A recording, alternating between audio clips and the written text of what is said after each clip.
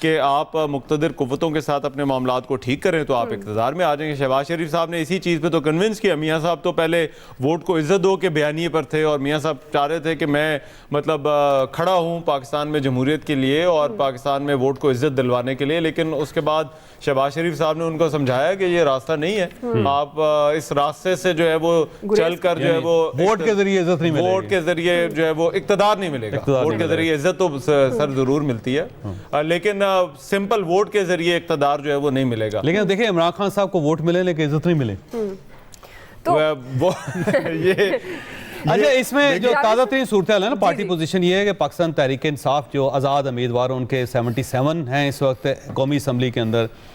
पाकिस्तान मुस्लिम लीग नून के जो अभी तक के 57 हैं, 57, पाकिस्तान पीपल्स पार्टी के 43 हैं, MKM के 6 हैं, इंडिपेंडेंट जो वाकई आज़ाद हैं वो 4 हैं और IPP जो है ना उसके 3 हैं, JUI उसके 2 हैं, BNP बेंगल जो है उसके 1 हैं और पाकिस्तान मुस्लिम लीग काफ जो उसका 1 है और PNA ये और ये भी बलूचिस्तान की पार्टी है जो इनके 1 हैं।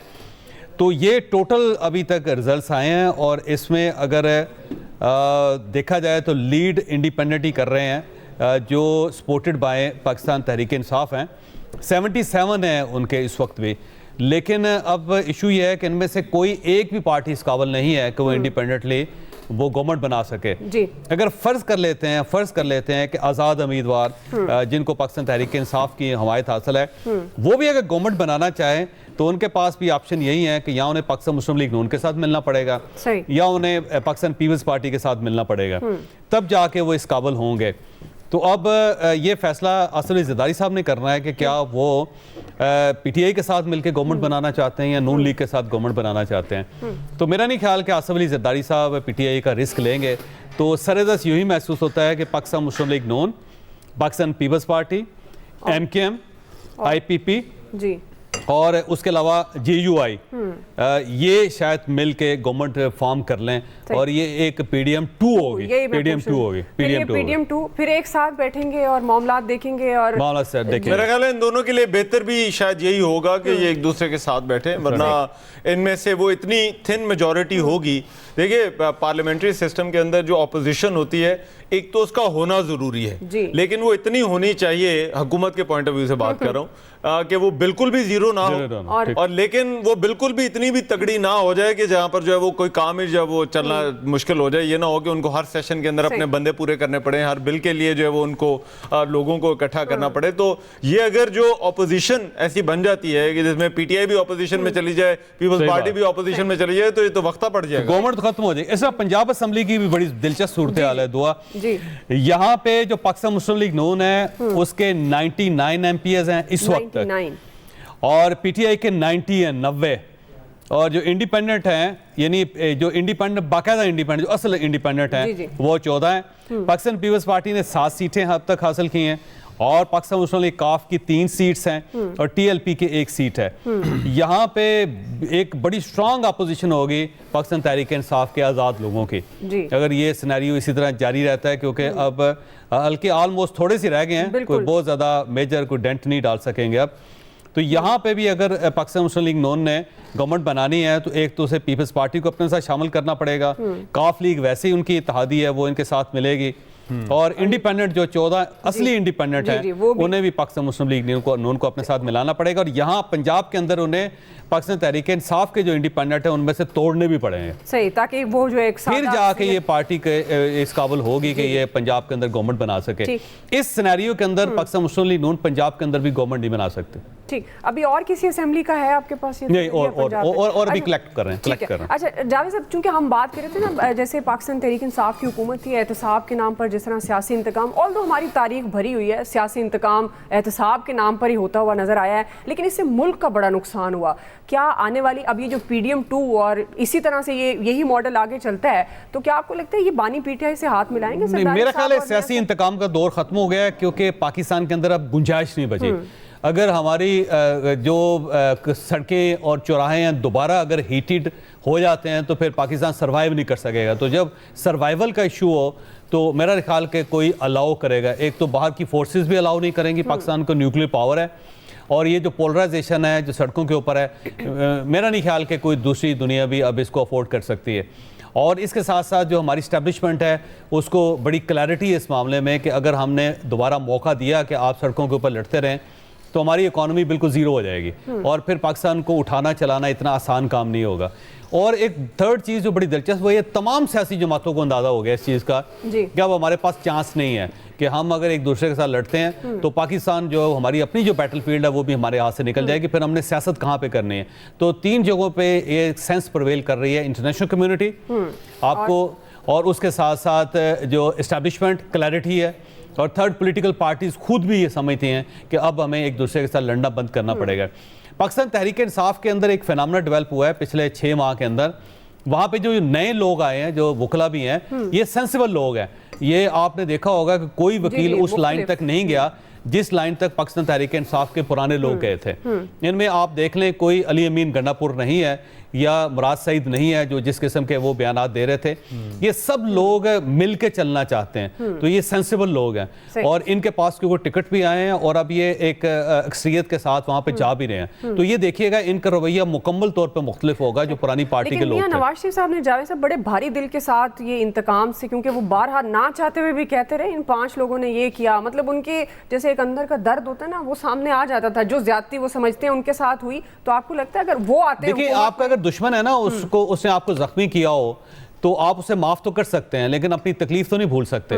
तो मियाँ साहब ने माफ़ कर दिया। मियाँ साहब को पता है कि अगर मैंने ये इंतकाम का चैप्टर खोला या एहतसाब का चैप्टर खोला तो पाकिस्तान मुस्लिम लीग नून टोटली फारिग हो जाएगी और पाकिस्तान के अंदर भी अब इतनी गुंजाइश नहीं है कि इस चीज़ों को बर्दाश्त कर सके। मियाँ साहब इस चीज़ को अंडरस्टैंड करते हैं, वो कहते रहेंगे, लेकिन मेरा नहीं ख्याल कि किसी एक शख्स का भी एहतसाब पाकिस्तान में शुरू होगा, क्योंकि हो गया तो फिर एक ऐसा क्राइसिस, एक ऐसा पंडोरा बॉक्स है जिसे फिर बंद करना मेरा नहीं ख्याल किसी सियासी जमात के पास फिर इतनी अहलियत होगी।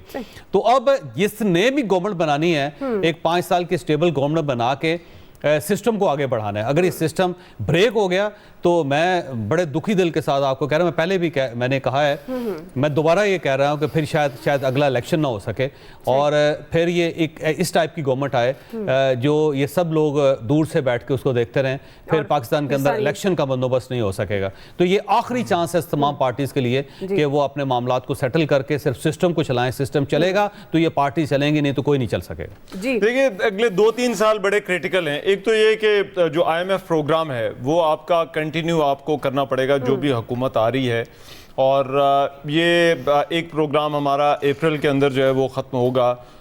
तो उसके बाद जो है वो हम साथ ही नए प्रोग्राम के अंदर जाएंगे जो कि 3 साल के लिए होगा। तो पाकिस्तान जो भी हुकूमत आएगी वो अगले तकरीबन अंदाज़ा ये है कि वो अगले 3 साल के लिए IMF के प्रोग्राम में रहेगी। जब आप IMF के प्रोग्राम में रहते हैं तो फिर आपके ऑप्शन जो हैं वो बहुत ज़्यादा लिमिटेड हो जाती हैं। पाकिस्तान को ऑलरेडी एक मौशी बहरान का सामना है, तो जो हुकूमत आएगी वो को बहुत ज़्यादा डिलीवर करने के जो पोजीशन में नहीं होगी। वो एक फायर फाइटिंग ज़रूर कर सकती है।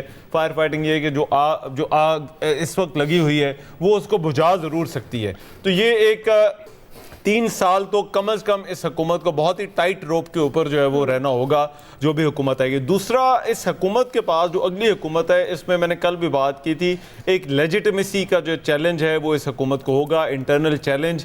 जो रिजल्ट्स आ रहे हैं, जो रिजल्ट्स पर पाकिस्तान तहरीक इंसाफ का जो रिएक्शन आ रहा है, ये रिएक्शन जो है वो इस हुकूमत के साथ रहेगा, लेकिन सोशल मीडिया पर रहेगा, सोशल मीडिया पर रहेगा, लेकिन प्रैक्टिकली नहीं मुमकिन। अपना चौधरी साहब अब ये सिलेक्शन के साथ जुड़ गया है। अब जहां पे भी इस इलेक्शन की बात होगी या तहरीक इंसाफ वाले जब भी इस इलेक्शन की बात करेंगे तो ऐसा महसूस कहते रहेंगे, लेकिन मेरा नहीं ख्याल कि अब किसी को मौका देगा कि आपको चौक में बैठ जाएं या सड़क पे बैठ जाएं। अनटिल अनलेस बैरिस्टर गौर और ये जो बाकी वकला की टीम जिसका चौधरी साहब जिक्र कर रहे थे ये आकर कहें कि हम इस इलेक्शन को तस्लीम करते हैं, इलेक्शन ठीक हुआ है, हमने अपनी हार तस्लीम कर ली, वो कहेंगे कि हाँ इलेक्शन ठीक नहीं हुआ लेकिन इसके बावजूद हम कौमी असम्बली में बैठते हैं। तो चौधरी साहब वो तो हर कोई कहते हैं, तो मियां साहब भी कह गए थे। लेकिन जो सिचुएशन मुख्तलिफ होते हैं ना, देखिए इमरान खान जब 2018 में आए थे दुआ, तो उस वक्त एक वर्ड जो है वो जुड़ गया था, सिलेक्टेड इनको कहना शुरू कर दिया गया था बिलावल भुट्टो और नवाज शरीफ की तरफ से। अब वो सिलेक्टेड का जो लफ्ज था उसने जब तक ये हुकूमत में रहे उसने पीछा नहीं छोड़ा। और बहुत बड़ी एक जो वजह जहां पर और उस्मान बुज़दार का ये जिक्र कर रहे थे और बाकी चीजों आपने भी किया था, मैंने भी किया था, इन्होंने भी किया। उसमें एक जो चीज़ थी जो कि दूरियां लाने का सबब बनी थी और जिसकी वजह से फ़ौज ने एक दफ़ा जब उस पर बात भी काफ़ी हुई, फैसला किया कि अब जो है वो हमने पॉलिटिकल प्रोसेस के अंदर नहीं जाना। बाजवा साहब ने जब वो कहा था जी हमने मिलकर, फ़ौज ने मिलकर जो फैसला किया है कि पॉलिटिकल प्रोसेस के अंदर कोई अमल दखल नहीं देना, तो उसके पीछे एक बड़ी वजह ये थी कि वो इस बात से खुश नहीं थे कि इमरान खान को सिलेक्टेड कहा जाता है और ये मामला जो है, जो इनकी परफॉर्मेंस है वो सारी की सारी हमारे गले पड़ रही है। उनके गले जो है वो पड़ी। तो इसी वजह से उन्होंने कहा कि अब हम एक डिस्टेंस रखेंगे और ये सिलेक्टेड वाली जो चीज़ थी इसने पीछा नहीं छोड़ा था जब तक इमरान खान जो है वो उतर नहीं गए। तो ये चीज़ें बड़ी मैटर करती हैं। मेरा ख्याल है कि ये इलेक्शन जो है वो अब इसका पीटीआई वाले तो जब भी जिक्र करेंगे तो ये चीज़ों करते रहेंगे। अच्छा, मैं एक आपकी आमिर साहब भी हमारे साथ मौजूद हैं, लेकिन आप अपना कमेंट मैं आपसे इजाज़त लेके और आपसे माजरत करते हुए, अजमल सत्तार साहब जिन्होंने ये सारा डिज़ाइन किया है जी। और ये जो रिजल्ट्स मैं आपके पास लेके ये भी उन्हीं के तैयार करता है। मैं जाके वहाँ से उनके पास से लेके, बाहर से नहीं आई, हमारे अपने सिस्टम से मिले। और मैं चाहता हूं कि अजमल सत्तार साहब को बाकायदा उनकी सताइश की जाए और उनके लिए क्लैपिंग भी हो और उनको मुबारकबाद भी पेश की जाए कि बहुत कम रिसोर्सेज के अंदर, बहुत सारे कम टाइम के अंदर उन्होंने वाकई बड़ा कमाल किया। और अगर आप रिक्वेस्ट करें कि अजमल सत्तार साहब को यहाँ पे बुलाया जाए हमारे सामने और उनसे पूछा जाए कि उन्होंने ये सेटअप कैसे क्रिएट किया है, बिल्कुल नौजवान लड़के लड़कियां इकट्ठे करके उन्होंने, और बड़ा सॉलिड किस्म का सिस्टम उन्होंने बनाया। और फिर मैं ये आपसे ये एतराफ़ करूंगा आपके सामने कि हम सिर्फ आवाज़ हैं और फेस हैं। असल कमाल उस बंदे का है और उस टीम का है जो पीछे बैठ के सब चीज़ें हमें प्रोवाइड कर रही है। और अगर वो ना होते, पिछले 48 घंटे से ना जाग रहे होते, तो हमारे पास इस वक्त कोई रिजल्ट भी ना होता। तो अजमल सत्तार साहब को दिखा भी दें। और वो जो कंट्रोल रूम है जहाँ पे लोग बैठे हुए हैं, काम कर रहे हैं, तो मेरी रिक्वेस्ट है कि वहाँ कैमरा है, सब लोगों को दिखाएं कि वो लोग कैसे काम कर रहे हैं सिस्टम के ऊपर बैठ के। और अजमल सत्तार साहब को स्टूडियो भिजवा दें, अजमल सत्तार साहब को स्टूडियो भिजवा दें ताकि वो थोड़ा सा एलैबोरेट करें कि उन्होंने कैसे सिस्टम क्रिएट किया। मेरा ख्याल है इलेक्शन कमीशन को भी इनकी मदद लेनी चाहिए, जिसने प्रिसाइज तरीके से इन्होंने ये चीज़ हैंडल की है, क्योंकि हमारे पास जो रिजल्ट आते हैं उसके बाद इलेक्शन कमीशन के साथ जब टैली किया जाता है तो सेम वही होते हैं। तो बड़ी आपने अच्छी बात की और ये वैसे इस तरह एप्रिशिएट करना भी चाहिए, क्योंकि ये वो ब्रेन होते हैं जो हमारे बैक पे काम कर रहे होते हैं। जिस तरह जावेद साहब ने कहा कि हम सिर्फ फेसेस हैं, ये जो इतनी मेहनत हो रही है, यकीनन अजमल सत्तार साहब हमें ज्वाइन करते हैं कुछ ही देर में, तो उनसे भी बात करेंगे। मैं आमिर साहब, आप भी हमारे साथ गुफ्तगू में शामिल हैं। मैं आपकी इजाज़त से एक सिर्फ सवाल, चूंकि वो ब्रेक से पहले जब जावेद साहब जा रहे थे तो मैंने ये बात की थी, जैसे आउट ऑफ द बॉक्स है, क्योंकि हमारी सियासत में जितने फैक्ट सामने आए पाकिस्तान तहरीक इंसाफ को लेकर, चौधरी साहब बात कर रहे थे जी, जादू की जो एक जादू बड़ी मशहूर हुआ, क्या वाकई वो हमारी सियासत में एग्जिस्ट करता था या ये सिर्फ बातें थी? मैं राना साहब माजूद चाहता हूँ, आपकी बारी है, मैं माफ़ी चाहता हूँ आप की कथा कलामी कर रहा हूँ। मैं वैसे राना साहब की तारीफ भी करना चाहता हूँ। मैं राना साहब, रात को भी मैंने एतराफ़ किया था कि आप उन चंद रिपोर्टर्स में से हैं जिनका अपना एक पर्सनल व्यू भी है और किसी चीज़ के बारे में पूछें तो इनके पास इंफॉर्मेशन होती है और सॉलिड इंफॉर्मेशन होती है। ये बड़ी वैसे दिलचस्प बात है। बहुत कम रिपोर्टर हैं इस लेवल तक पाकिस्तान के अंदर। तो मैं इसका जो बैकग्राउंड है वो ये है कि बुशरा बीबी जो हैं, अगर आप उनकी बैकग्राउंड देखें तो बुशरा बीबी भट्टू फैमिली के साथ इनका ताल्लुक है और बड़ी स्ट्रांग फैमिली है इनकी। फिर जो मानिका फैमिली है वो भी एक सियासी ख़ानदान है और मानिका साहब, जो खावर मानिका साहब, उनके वालिद भी MNA रहे हैं। तो जो ये बुशरा बीबी हैं, उनकी शादी होगी खावर फरीद मानिका साहब से। खावर मानिका साहब जो है ना ब्यूरोक्रेट थे, ये कस्टम में FBR के अंदर कस्टम के अंदर थे और 21वें ग्रेड में ये रिटायर हुए हैं। तो एक बड़ी लंबी एसोसिएशन इनकी, 5 बच्चे इनके। फिर एक वक्त ऐसा आया कि क्योंकि पाक पतन शरीफ के साथ मानिका फैमिली का ताल्लुक है और वहाँ पे ये खिदमत भी करते हैं पाक पतन, और वहाँ पे जो दरबार है उसके आप ये समझे कि मुतवल्ली तो नहीं है लेकिन उनके बहुत करीब हैं। वहाँ पे लंगर का बंदोबस्त भी करते हैं, तो रेगुलर बेसिस का इनके वहाँ पे ताल्लुक था। तो बुशरा बीबी जो होता है उनका भी ज़ाहिर ताल्लुक बन गया दरगाह के साथ, और फिर उन्होंने वज़ाइफ शुरू किए। पहले ये ज़हन में रखिए गया कि वो एक मॉडर्न खातून थी बुशरा बीबी, और वो नज़र आती थी मानिका साहब के साथ और पर्दा नहीं करती थी वो। लेकिन जब उनका रूहानियत के साथ एक ताल्लुक बना तो उसके बाद उन्होंने आहिस्ता आहिस्ता पर्दा करना शुरू कर दिया। वज़ाइफ वो बहुत ज़्यादा करती थी और आज भी वो वज़ाइफ बहुत ज़्यादा करती है। फिर एक कंट्रोवर्सी है कि कैसे उनकी इमरान खान साहब के साथ इंटरेक्शन हुआ। वो एक कहानी ये है कि उनकी जो बहन है, मरियम नाम है उनका, मरियम भट्टू नाम है उनका, दुबई में होती है और पाकिस्तान तहरीक इंसाफ की वो वर्कर हैं। तो उन्होंने इमरान खान साहब के साथ इनकी रब्ता करवाया था और उसकी मेन वजह ये थी कि जब रेहाम खान साहिबा के साथ इनकी शादी हुई जी जी। तो इमरान खान साहब कंफर्टेबल नहीं थे उनके साथ और कुछ दिनों के बाद इनकी आपस में लड़ाइयाँ